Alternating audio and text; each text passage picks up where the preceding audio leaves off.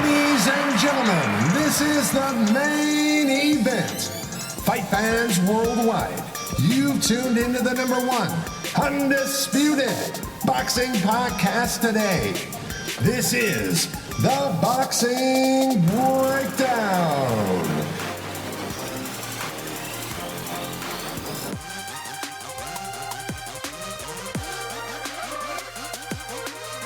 Now, your heavy-handed, hard-hitting host, Mark Roxey.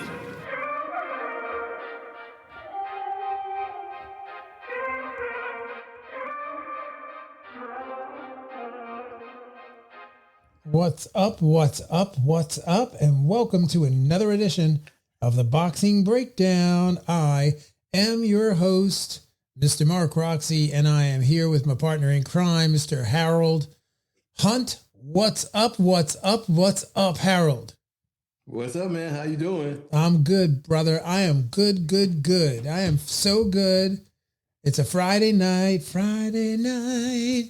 The party's jumping here on the Boxing Breakdown, and I'm with you, bro. So how much better does it get? And, you know, what I'm really excited about is the fact that tonight we are going to have a complete 30-minute episode here of Shakur Stevenson, Mr. Shakur Stevenson, Newark, New Jersey's own, who's 19-0 with 9 big wins coming by way of KO.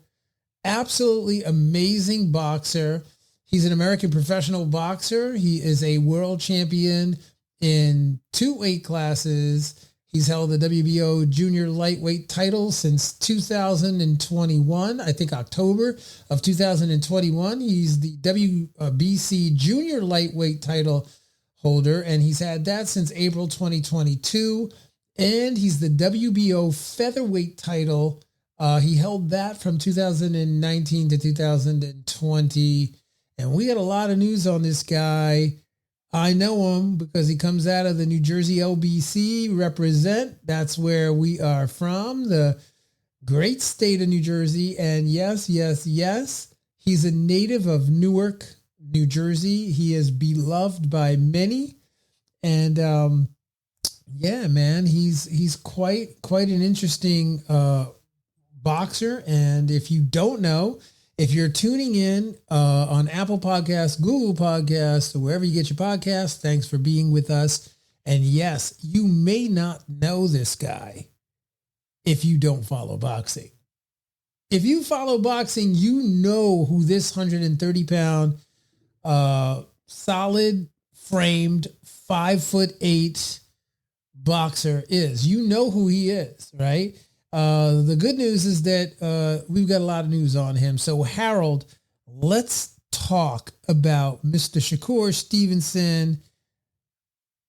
Tell me what you got.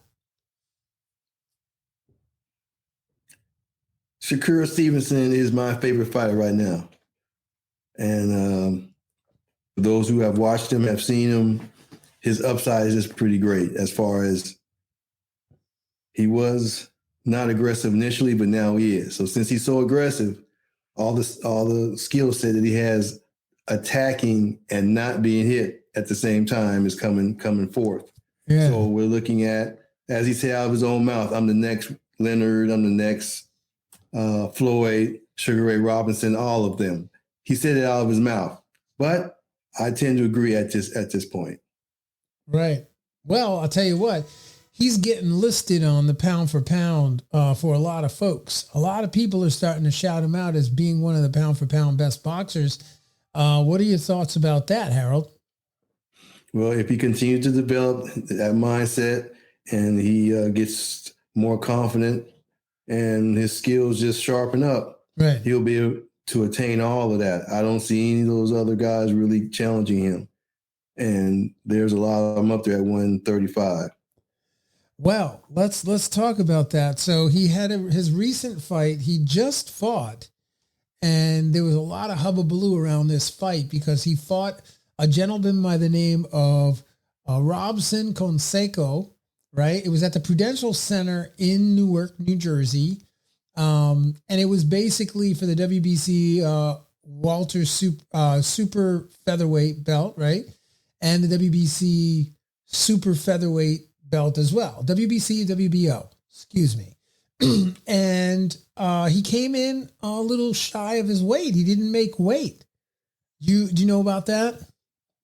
Yes. He had a hard time with his fight previous making that 130, but this time it was just too tough for him to make it. He came in at 1 pound or something over. They gave him a few hours to get it off. He decided he just could not do it. He had been trying all day. He got up in the morning and he tried all day to lose. Well, I think it was like 2 pounds, right, all day. Then the weigh-in came that evening. He was still short, so he had to go out and try to do it again. He said just having fluids in his body to lose. He just could not lose it. Ironically, his opponent was 2.5 pounds over. Yeah, but he went and sat in a salt bath for 2 hours, and he dropped 2.5 pounds. So he got it off. So he's saying, I did this. How come you couldn't do that? But Shakur knows his body. He simply didn't have anything to melt off, no liquid in his body, so he couldn't make the weight. So wait a minute. Let's back up for a second. So we know as trainers, well, I know as a trainer, like the idea here is that you make weight, right? You sign a contract for a specific weight and you make the weight, right? True. Okay, Continue. so he didn't make the weight. He didn't make the weight. And whatever the excuse is for not making the weight, you got to make the weight. If you fight at that weight class, you got to make that weight because that's just what's so, right? That's what the contract calls for. So the interesting thing about this is that he didn't make the 130-pound weight, right? And then he comes out and says he's going to move up to 135. Now, is that an afterthought, or him moving up to 135, was that premeditated? Let's talk about that. He did state that before this fight months ago that he was going to 135, and for all them boys to watch out. He thought he was going to make this one. Yes, you're right. The letter of the law, you sign the contract, you must make that weight. There's no excuses, none of that. So he did have to drop some paper, some money because of this. The numbers are his opponent got $50,000 and the commission got $40,000. So his purse was $2 million and he dropped 90. Right. Wow. That's unbelievable. That to me, that's quite shocking. I don't understand. I'm not pointing fingers here, but what I'm saying is like the guy, Shakur Stevenson takes a fight at 130 pounds. He doesn't make the weight at 130 pounds, right?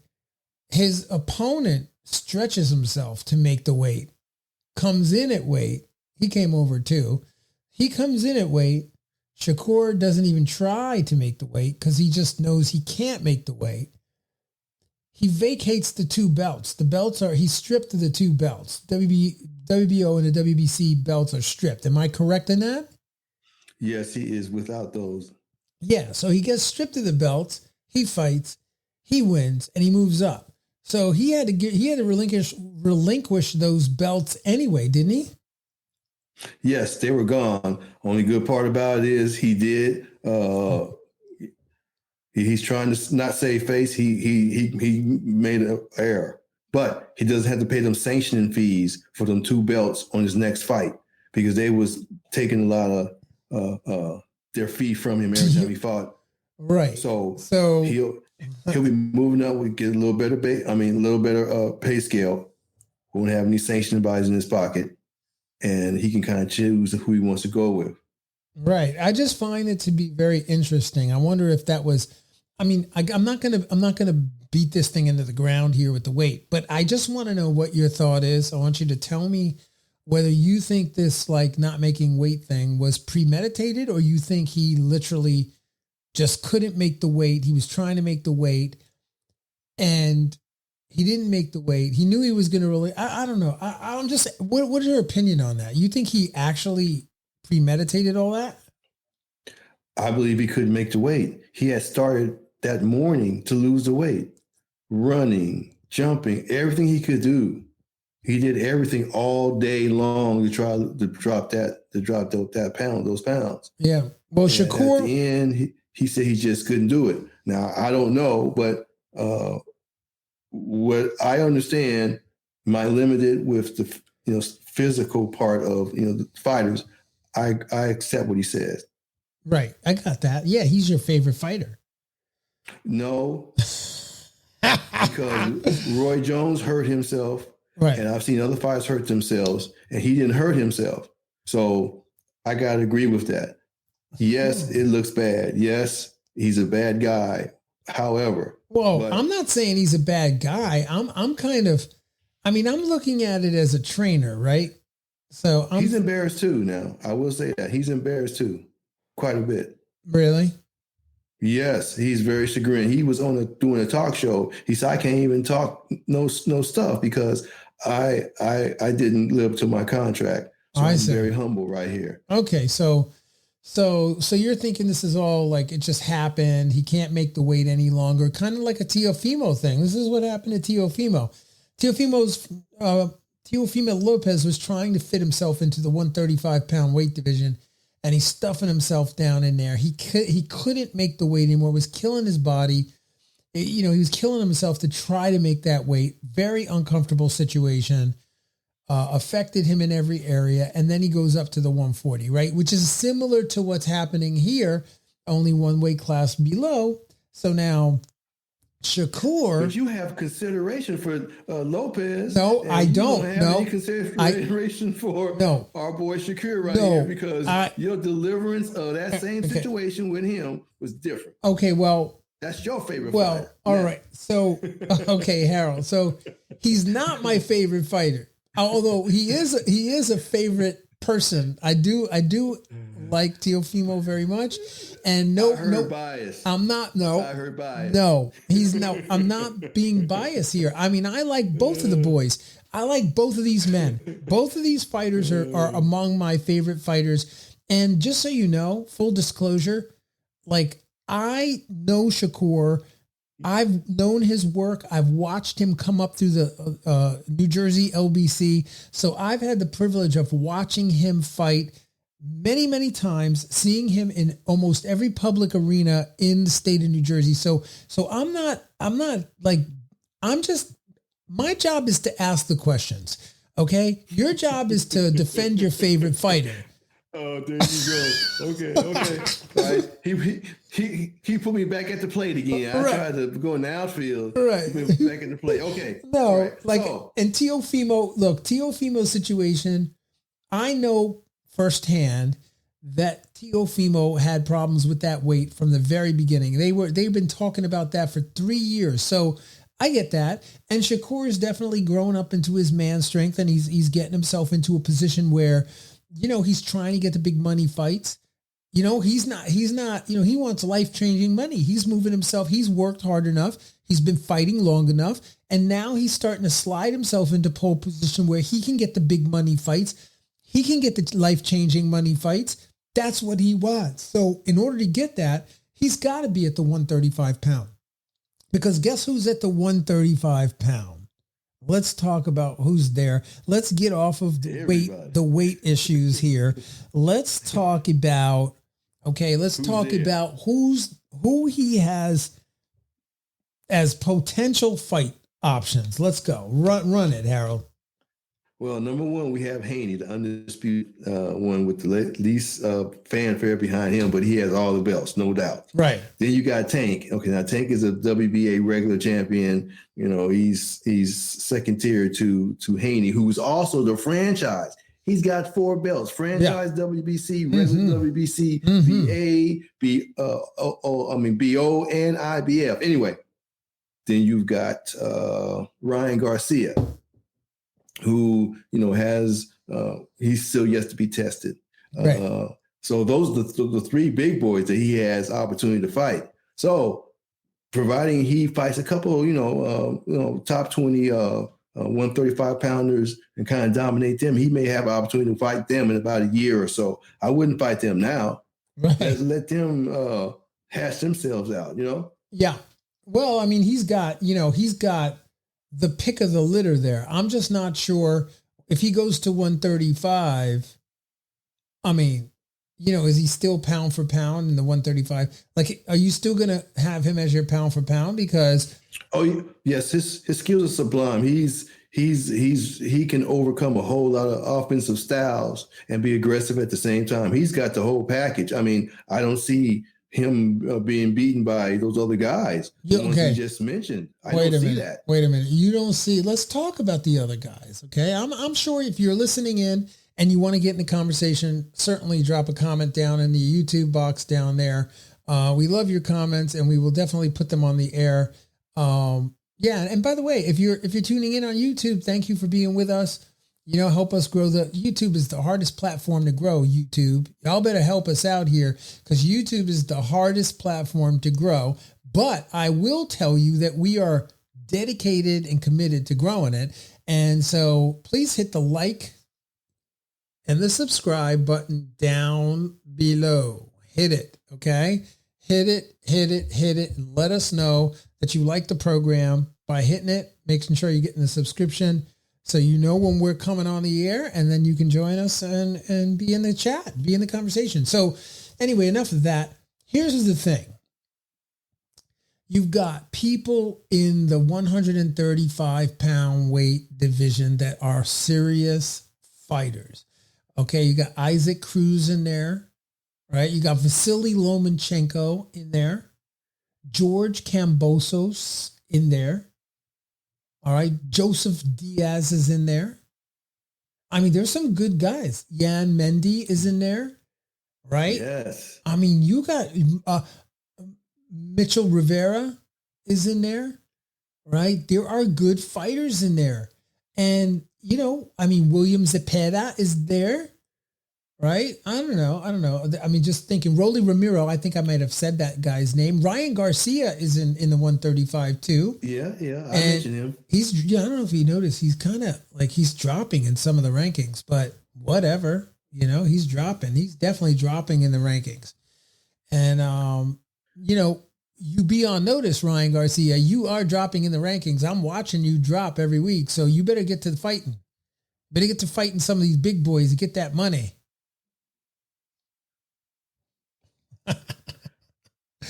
What you got to say, Harold? I can see you percolating. No. I'm just you're right about Ryan. You're right about Ryan.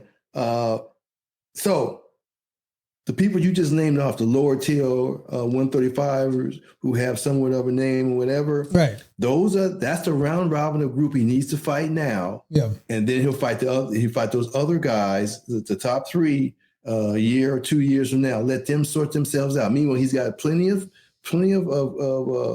opposition, lower at the lower level there. That's reputable, can sell tickets and all that, and he can really test himself. But I see him walking through those guys too. Right. Well, let's see, because Harold, the interesting thing is when sometimes guys think when they go up in weight class that they're going to feel comfortable there, that everything's going to work out for them there. But remember this. I remember Shakur Stevenson fighting at the 125-pound weight class, okay, in the amateurs. He's even fought lower, okay? So he's even fought lower than 125 pounds. But in the amateurs, he was fighting at 125 pounds. So now he's, up to 135, okay, and stepping up into the 135-pound weight division. I don't know. I mean, maybe he'll be fine. Maybe, time will tell how he does in this division. How heavy do you think he'll be when he comes in after rehydration the next day? Oh, probably 7, 50? Yeah, probably 55? No, I don't think he'll go up that high. I think 50. Yeah, I think it's reasonable to expect a fighter, typically fighters don't like to go more than 10 to 15 pounds in their weight. If it's a title fight, there is an upward weight limit that they cannot go past. So, a lot of these contests you have to, you have to weigh in at the weight, but then you can't gain, more than like 10 pounds for fight day. So there is an upward weight that a lot of these contracts have. I'm not sure if that's the case, if they do that all the time, but it should for a champion. Commissions do. That's right. Other commissions in certain states, they don't do that. Yeah, Nevada does that. So California and two other ones, New Jersey and somebody else does it too. Yep, New Jersey, PA, Pennsylvania does it too. Yeah, the OBC. Okay, but he'll come in at 150. Are you comfortable with that? I think that's healthy for him. Yeah, I mean, but where does Vasily Lomachenko come in?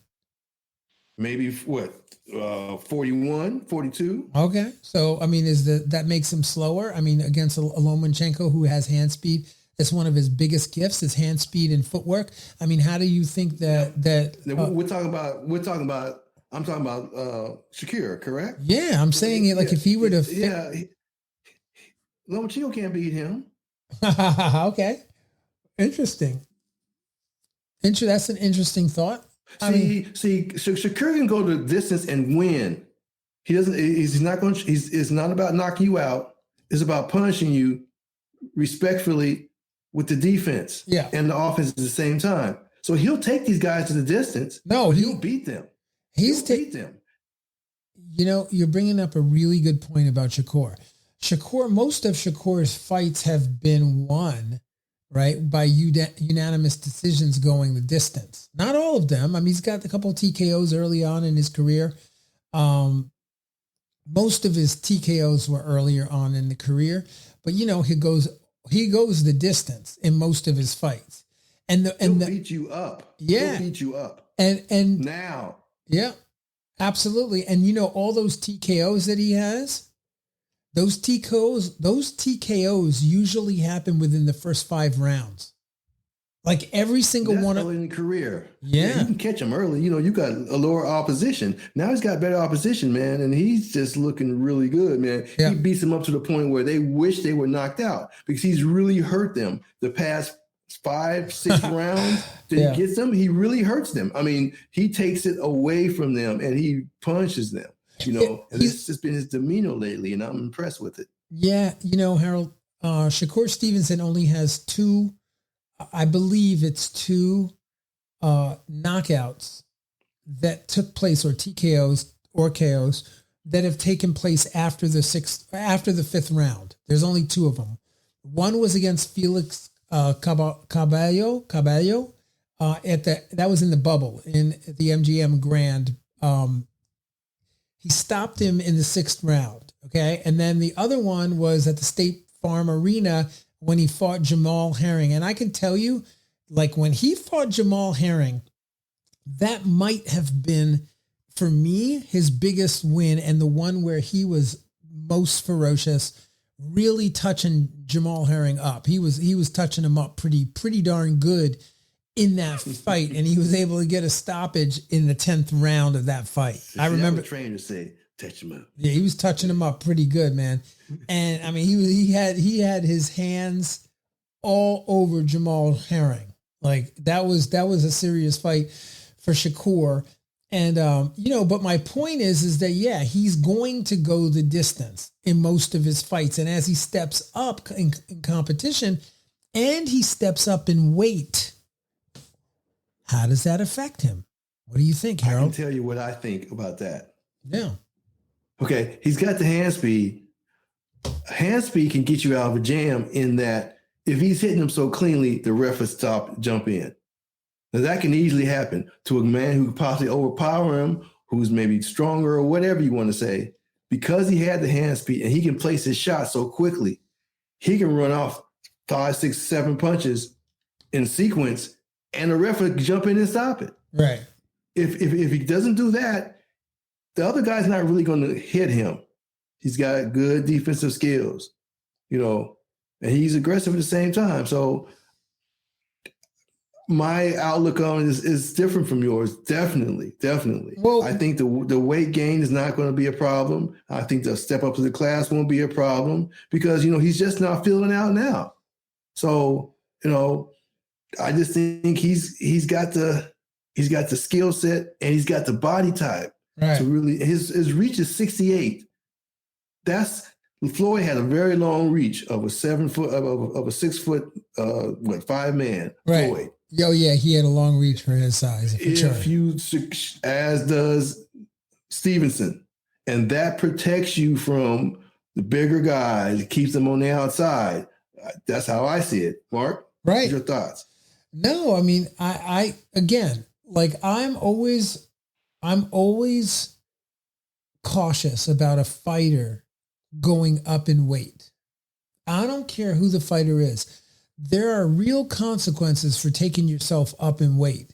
Okay. And so what you're used to doing, like, I guess, okay, so here's my hypothesis.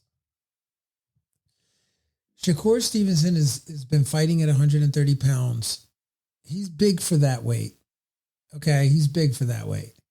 And he's doing great filling out and really taking charge of his opponents. Right? He looks good in every fight. He controls the distance. He knows how to make the fight work. I guess what I'm wondering, Harold, is how does that translate at 135 when the punchers are a little bit bigger, a little bit, they're a little stronger. The punch feels different at a 35. And as you mentioned, you're talking about a 150 pound, 155. I don't know how Shakur does against, let's say, an Isaac Cruz. How do you think he does against an Isaac Cruz? His punch resistance goes up also. Right. Okay. Isaac Cruz. How does he do against Isaac Cruz? I mean, what? Because Isaac Cruz I don't think Cruz will be able to hit him clean as he would like. Right. Because defensively, he's so responsible defensively. Yeah. So responsible. Well, I can see that. Inherently, he's going to be getting out of the way of a guy coming in. And the moment Cruz gets the idea that he's being that he has to go on the back foot, that's going to be an issue. And as he's attacking him and Cruz is throwing his good work as it is, it may miss. Right. And that's what he has over a lot of the fighters who will fight Cruz in the future. Right. All right. So let's get to where the action really is. Because what's going to happen is, we can theorize about this stuff all day long. But at the end of the day, right, Shakur's going to have to step up and wait. He's going to have to do his work. Right now, you talked about, before we got on the podcast here, you did talk a little bit about Shakur and his man strength. So touch on that. Tell the listeners what you were talking about when you say man strength. Well, as you all know, your frontal lobe of your brain does not develop into an adult until you're 25, 26 years old. Period. That's it. That's why teenagers are so different. Different. I like that. He absolutely was a kid when he first came in, but now you see how he's filling out, and he's become aggressive. Yeah. So just because his body is filled out to a man, he's going to have a different kind of strength. Like in football, you've got rookie strength, and then when you get old and you're an old fighter, old football player, you have old man strength. It only lasts about maybe one season, but it's phenomenal. Okay, you have different strengths, and now he's getting to his grown man strength. A prime for a fighter is up to 32 years old. So he's in great shape and he doesn't get hit. So I don't think it's going to be a problem at all. He's got some motivation, got a kid, got the fiance, and as Mark says, he wants to get to that life-changing situation. So in order to do that, he has to go through these guys, and I think he has it to do that. I absolutely think he does. Yeah. Well, no, and he also has a phenomenal team around him, and I will specifically comment on Wally, his grandfather, who's absolutely incredible and a major influence in his boxing, in his training, in his development, in his advisory. Like his Wally has done an amazing job with Shakur's career, along with everybody else that's involved in Shakur's career. But I particularly, I'm very fond of Wally. I know him very well, and he's just an amazing guy. Really, really does a lot for the kids, has an amazing gym in Newark. and always representing the LBC number 7. Shout out New Jersey Boxing, USA Boxing, and which is where Shakur came from. And yeah, man. So they taught him everything. They didn't miss nothing. The defensive side, the whole spectrum. The offensive side, the whole spectrum. He's just being aggressive now. He's taking that and he's moving forward with it. Yeah. I also think that, you haven't seen the best of Shakur. No. The thing about Shakur is that he's still developing. Believe me when I tell you, he's still developing. And,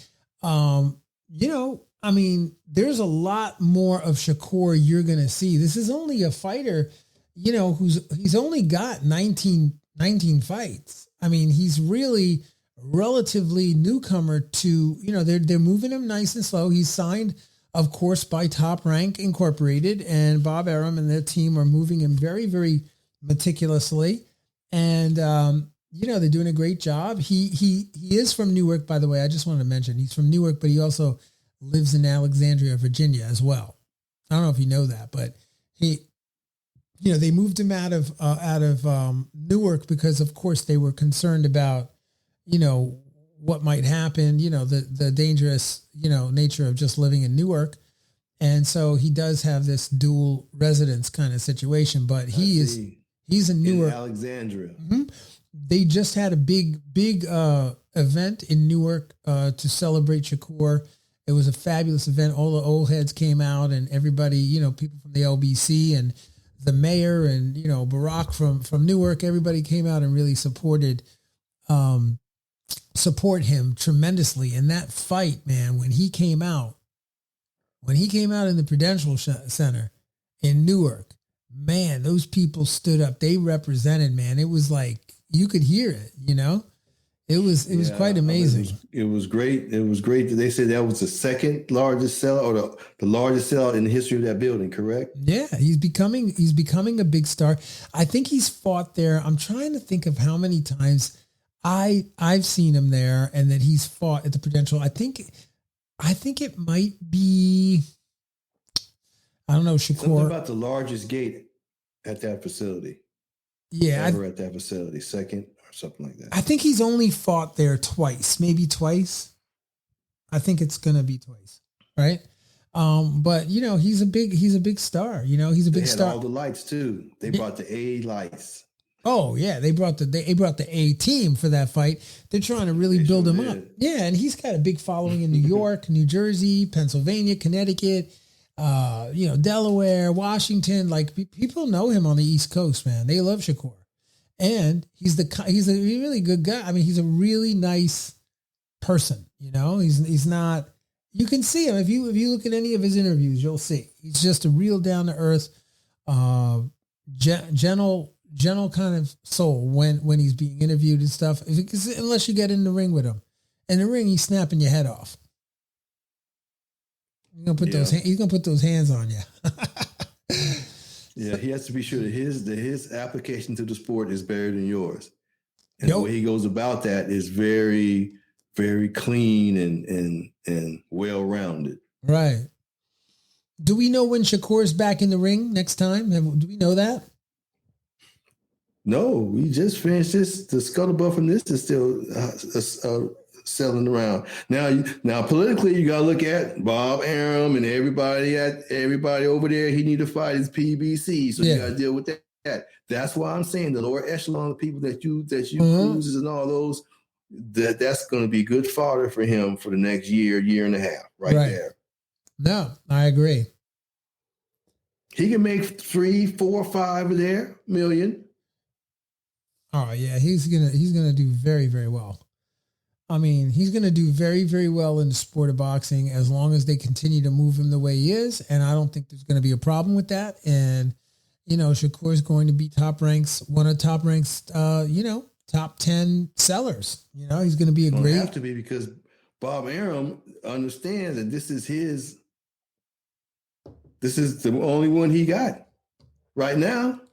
Yeah. Who else is on Top Rank that is of that note that can be on top for the next 15 years? Well, I mean, that's debatable. I mean, you'd have to ask Bob Arum that. And I'm sure if you said that to Bob Arum, he'd ramble off 20 guys that he's got in his stable that are like, going to be the next Manny Pacquiao. Doubtful, but you know what I mean. Yeah, Manny Pacquiao. Yeah. But from what we see right here now, I think he's one of his best opportunities to, really do well. Well, Top Rank Incorporated really does know how to make stars. That's their business. Their business is to make boxing stars. They know how to do that. The folks at Top Rank know how to do that. Same with PBC. These guys know this is their business. Their business is to take fighters and turn them into superstars, right? That's what they do. And they do it well. And you can see if you follow Shakur Stevenson's career, you will see that occur right here with him because he's got the goods, as you said. He's got the skill sets. And again, don't get me wrong. I'm not doubting his skill sets. I'm asking the question that nobody wants to ask because everyone wants to talk about Shakur pound for pound. Shakur's the best. He's amazing. He's awesome. He's the future of the division. I get that. But we got to ask these questions. Like, how's he going to fare against a Vasily Lomachenko? How's that going to beat him? I think he beats him. But think about this. How many people have moved up? How? How does he beat him? Successful. How does he beat him? Okay. How? Lomachenko had a similar situation with Lopez. Lopez is somewhat similar to Shakur. He's not as responsible. He's aggressive, and he's well-roundedly aggressive. But he's not. He doesn't clean up as well as Shakur coming in. Lomachenko had to deal with that. He was successful. He was unsuccessful for a long time until he figured out that he could actually walk to it, and it was too late.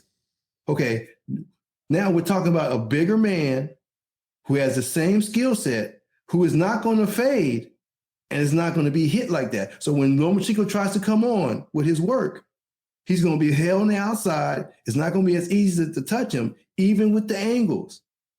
He's going to have an issue with him. He's going to lose on points. Huh. Interesting.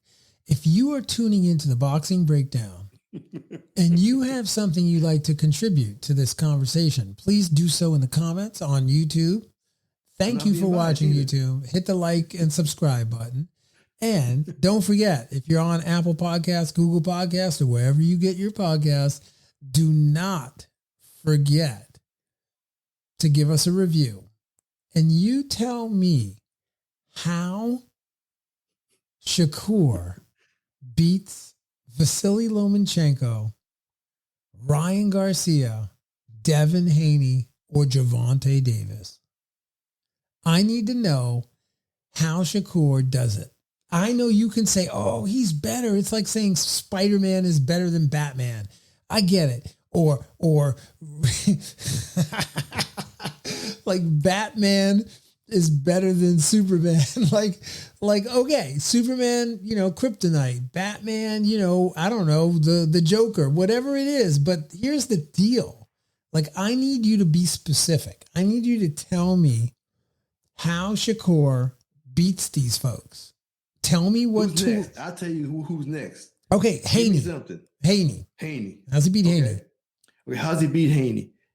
Just looking at their styles, just looking at them closely, just putting them together in my mind's eye. Haney could win on points if he doesn't get hurt.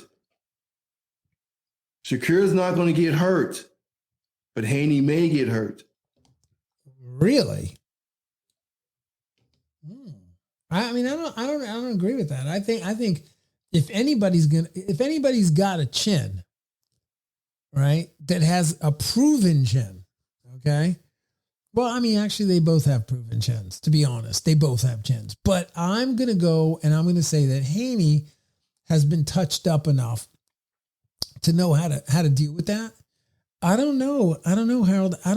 I'm not. He's a good defensive fighter too. He is. He truly is. I've judged him, but I just think that Shakur has more innate defensive movement that's going to preclude him from getting hit by some stuff that just may hit Haney. Yo, that's going to be a great fight. If they could ever, oh my gosh, if they could ever make that fight, I'm just looking, I was just fantasizing just now about that fight while you were talking, right? Sorry if I checked out, but yeah, man, I would really love to see that fight, Devin Haney and Shakur Stevenson.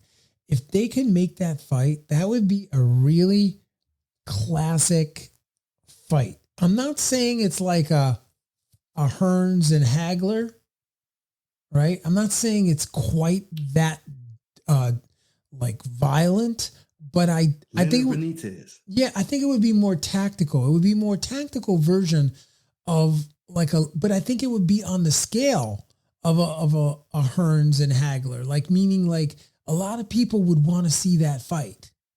A lot, because Devin Haney is from Maryland, right? And Shakur is from Jersey. Do you understand the magnitude of just the door sales? Just the door sales of that fight would be pretty phenomenal. The actual gate, right, could be life-changing money for you, me, and our entire neighborhoods. See, you shifted to the financial end. I thought we were talking about styles in the ring. Well, no, yes, I was just fantasizing. Outside, but that's a beautiful thing, as you said. Yeah. But it wouldn't be a Hagler Hearns because them guys didn't have any boxing acumen like that. Right. They meshed well together. It'd be more like, to me, a Benitez Leonard, where it was tactical. Right. And then at the end, the one who was the most aggressive won the fight. Right. Or Aguero and Pryor. Being Benitez and Shakur being Leonard. Wow. You even cast them. You even cast them on the right side. Wow, that's interesting. So yeah, what do That's you? for the old heads. Yeah, but I'm not sure. I'm asking some serious questions tonight about Shakur Stevenson here, right about the 45-minute mark.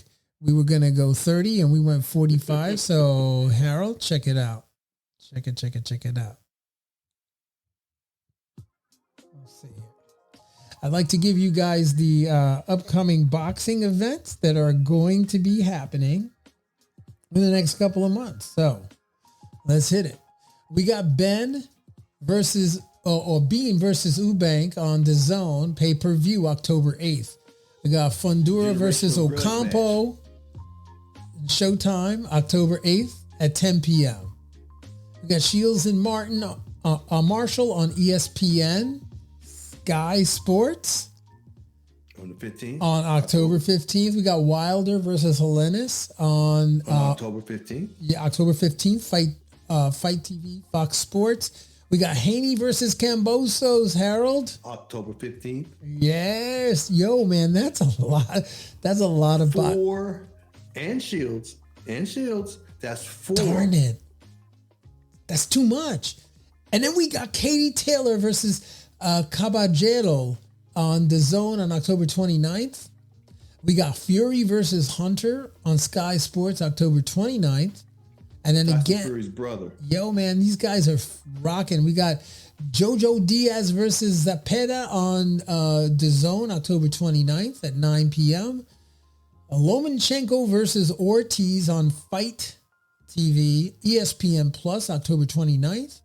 And we got Bivol against Ramirez. We've been talking about that fight, and as we get closer, we will hit it. That's on DAZN on November 5th at 2 p.m.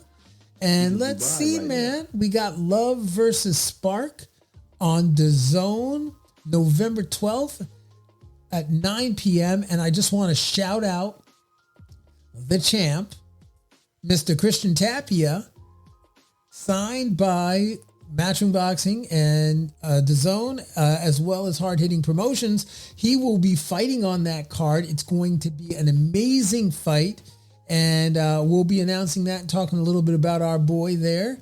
And then, we're going to close out December 10th with Warrington versus Lopez on DAZN at 2 p.m. And then Harold, let us not forget to make a special mention of the Atlantic City Boxing Hall of Fame. Please do. On at the Hard Rock Hotel and Casino in Atlantic City on October 7th through October 9th. Get your tickets at AtlanticCityBoxingHallOfFame.com. It's the acronym for that, right? Atlantic City Boxing Hall of Fame, right? Just the letters.com. Get your tickets. We'll be there. Harold will be there covering the event, posting up and shouting out a bunch of interviews with all the different celebrities, from James Toney to Chavez to everybody who's going to be in the building. It's going to be an action-packed weekend. Harold, I know you're going to get a lot of footage. I'm going to be working that show, so we're going to be doing tag team there while we're there. And I just hope you guys will come out and be with us, hang out with us at the Atlantic City Boxing Hall of Fame. Shout out. And until next time, I'm Mark Roxey. And I am Harold Hunt. Yes, you are. And we are out. Check you guys out on the next edition of the Boxing Breakdown.